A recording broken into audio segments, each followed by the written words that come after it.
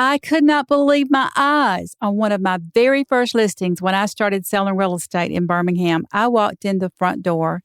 I literally had to turn sideways to get in the house. In this episode, we're going to talk about ready, set, sell, how to get your home ready to bring top dollar. Let's get to it.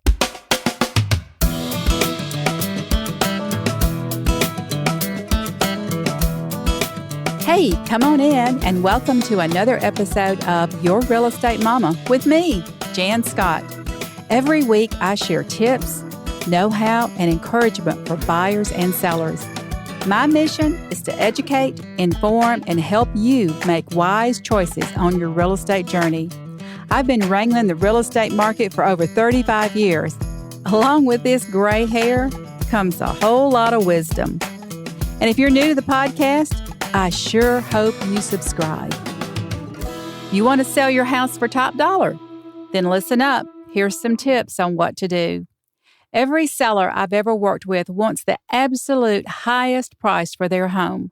That includes me when I sell my personal homes, and who doesn't, right? So in order to do that, your home has to be in top condition. Here are the 10 things to do. Number 1, find a great agent. Think you can sell your home yourself and pocket the cash you would otherwise pay a real estate agent? It can be tempting, especially in a hot market, but resist that urge. I have found that a for sale by owner transaction is almost always a disaster, leading you to sacrifice both money and time. Why do sellers want to do a for sale by owner? Of course, to save the brokerage and to get more money. That leaves you to wade through the contract and selling process alone. That's why one of the most important things to do before selling your home is to find a great real estate agent. That agent can also help you with the other 9 things I'm about to share with you, and you'll have a list of qualified contractors who can help you if you need it. Tip number 2, consider your curb appeal.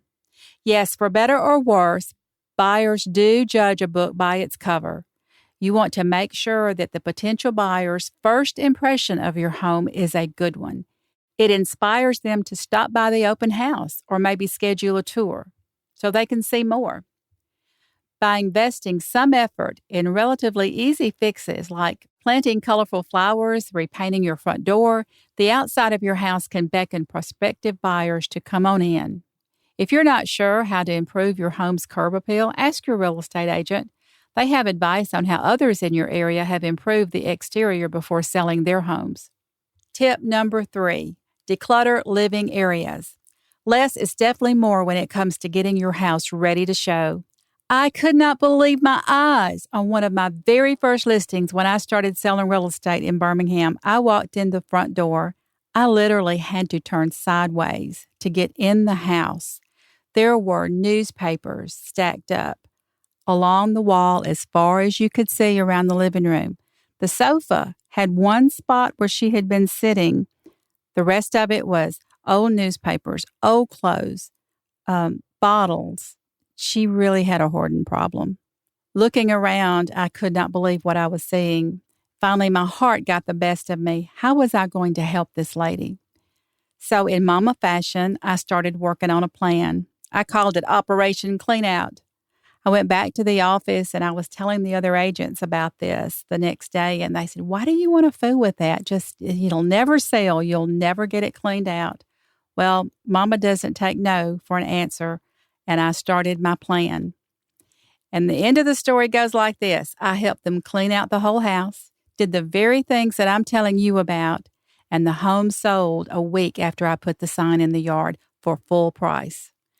Okay, so I know I told y'all a story that's probably not like your house. I'm a little dramatic there, but I need you to understand that you need to do a clean sweep of your counters, windowsills, tables, and all the other visible areas.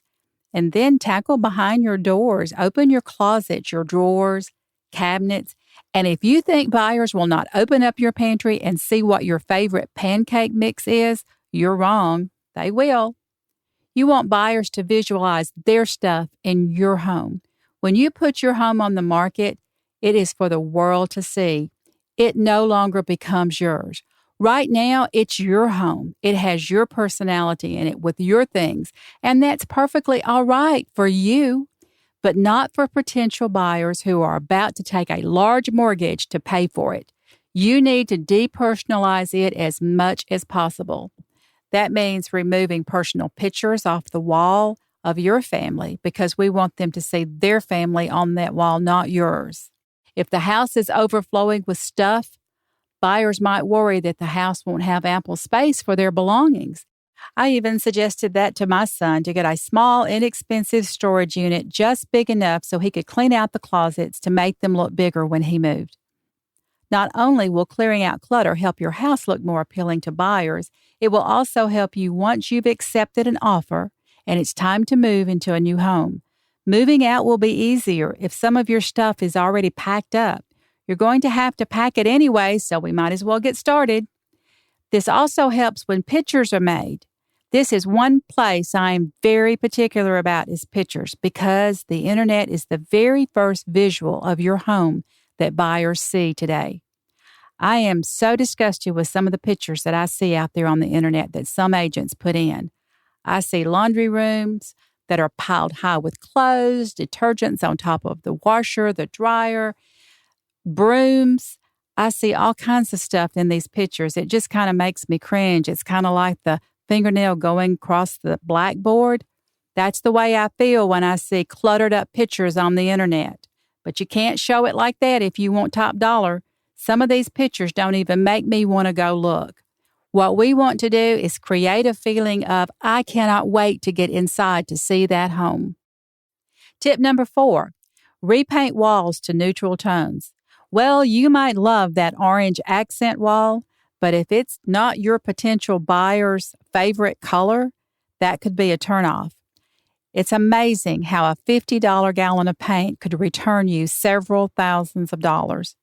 You're pretty safe with the neutral color because it's rare that someone hates it. But the other benefit is that a light color allows the buyers to envision what the walls will look like with their color choice on it. It's the seller's job to help buyers picture themselves in that house. If they don't feel at home, they're probably going to look at other real estate options. Have your agent walk through your house with you to check for stuffed up walls. What you want is to make them feel new, remove all your pictures, and have it blank. With all the new construction in many areas, you need to shine better than your competition, so you've got to be better than new. Tip number 5, fix it. Walk through your home and check for loose handles. What about those repair projects that you have been putting off?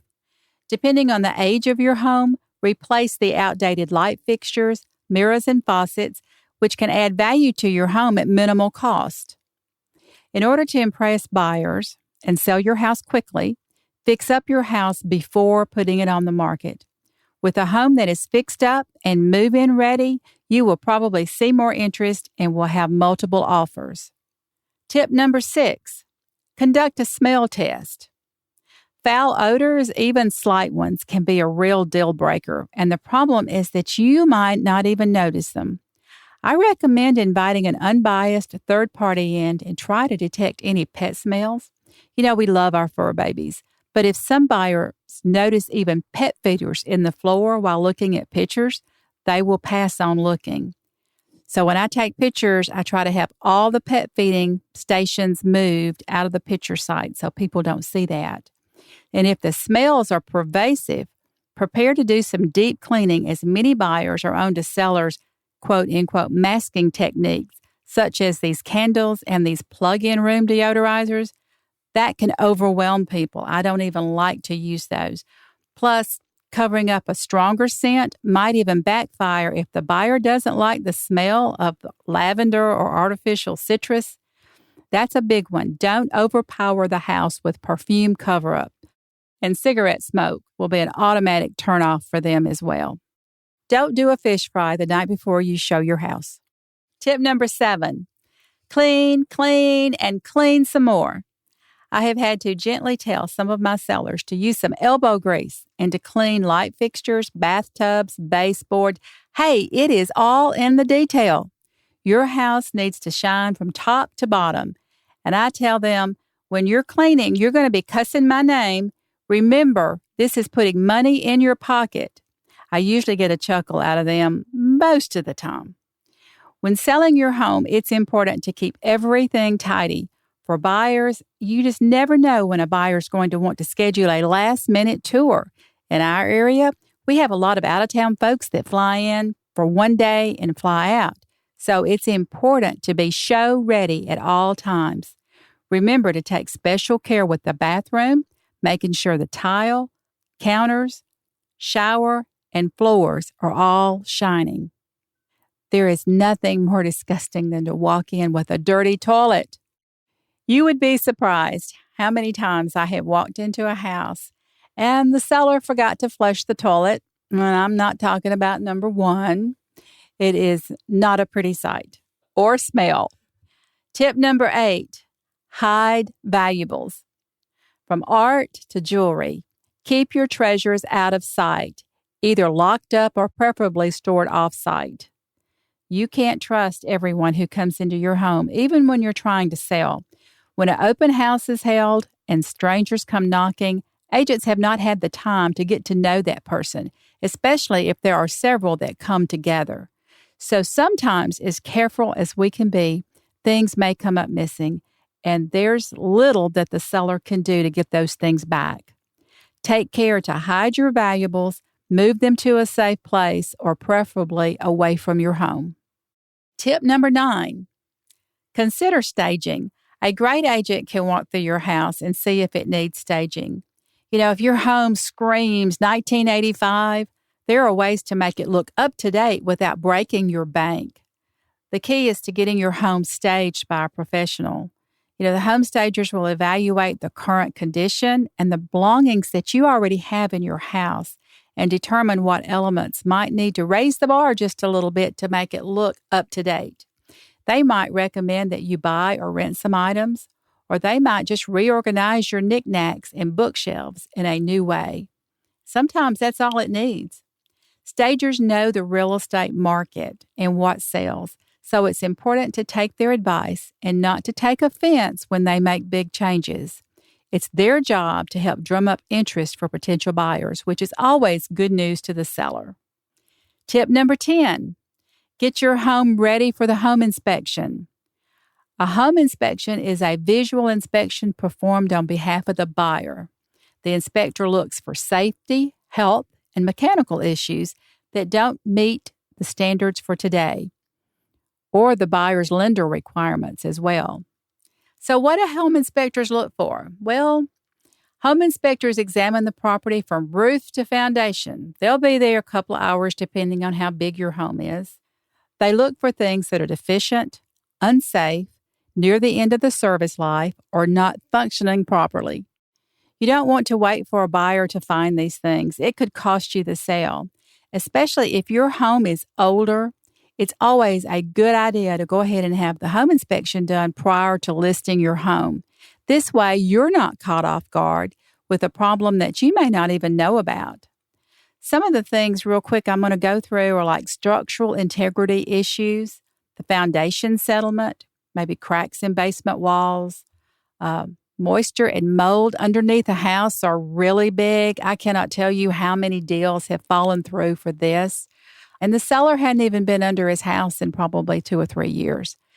You need to check if you have a crawl space and not on a slab, you need to check underneath your house every year.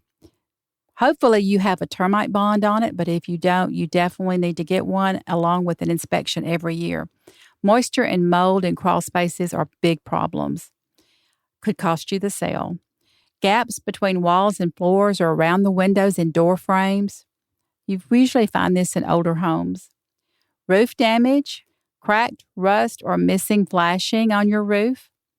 Water damage, wood rot, floor damage, water stains. In the plumbing area, look for rusted or broken pipes. Does your toilet run constantly? Electrical system issues, exposed wires, maybe no GFI outlets around the water areas. Malfunctioning heating and cooling systems. Got rusted units, old units, inconsistent temperatures. And don't forget about your pest infestation. Termite damage is a big one. We live in the state of Alabama. Termites love Alabama soil. So that's a must. If you don't have that checked, you need to go ahead and get it checked because a buyer will not buy your property without that intact. And for a comprehensive inspection checklist, you can go to nachi.com and download their PDF checklist. This is the National Association of Home Inspectors, and you can kind of get a closer idea of what they're looking for. By following these 10 tips, you'll position your home to sell quickly and for the best possible price. I always like to close out each episode with some mama wisdom and inspiration. And when you start this task and you feel overwhelmed by doing all that needs to be done, remember what Proverbs 24:3 says, "By wisdom a house is built, and through understanding it is established." When you understand what your goal is, it's easier to get your home ready, place it on the market, and get it sold. Well, that's a wrap. If you enjoyed this episode of Your Real Estate Mama, don't forget to leave a review, rating, or comment on your favorite podcast platform. Feel free to send me an email to jan@yourrealestatemama.com. I love hearing your questions and comments, and I'd be happy to help you find a great real estate agent anywhere you live. Be sure to follow me on Facebook at Your Real Estate Mama Podcast. Until next time, y'all take care. Happy house hunting, and remember, you should always listen to your mama.